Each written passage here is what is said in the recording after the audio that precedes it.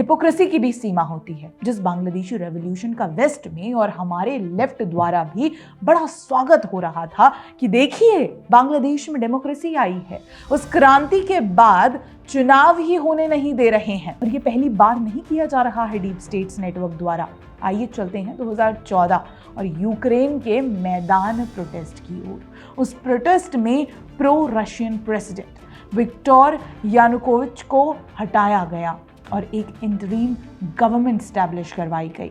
उस गवर्नमेंट ने पावर में आते ही एंटी रशिया एजेंडा पर फोकस किया, पिछली गवर्नमेंट के ऑफिशियल्स पर क्रैकडाउन स्टार्ट किए और यही ट्रिगर बना डॉनबस वॉर का। इस रेवोल्यूशन में नाम आया विक्टोरिया नुलैंड का उभर कर, जो उस टाइम यूएस की assistant secretary for European affairs थी और बांग्लादेश रेवोल्यूशन के टाइम यही महिला थी डिप्टी सेक्रेटरी ऑफ स्टेट, कहें तो यूएस की डिप्टी फॉरेन मिनिस्टर।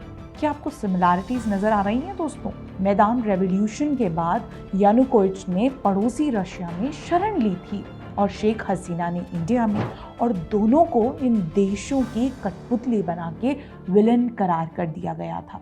रुकिए, अभी और भी है।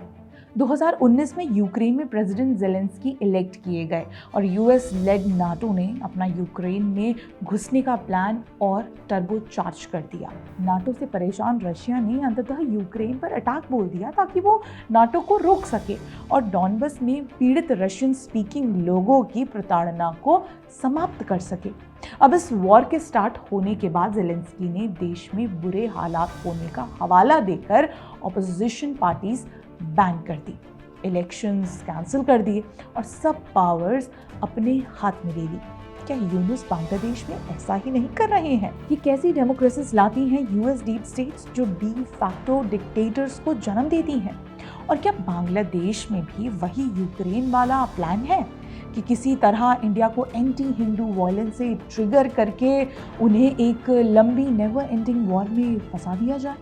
यूक्रेन में एंटी रशियन स्पीकर्स वायलेंस था, यहाँ एंटी हिंदू वायलेंस है। बाकी फर्क आपको कुछ दिख रहा है? पिछले कुछ सालों में हमने भारत के पड़ोसी मुल्क बांग्लादेश, नेपाल में रेवोल्यूशंस देखी, श्रीलंका में मास प्रोटेस्ट देखे। क्या ये इंडिया के चारों तरफ अनरेस्ट फैलाकर उनकी तरक्की रोकने का मास्टर प्लान है?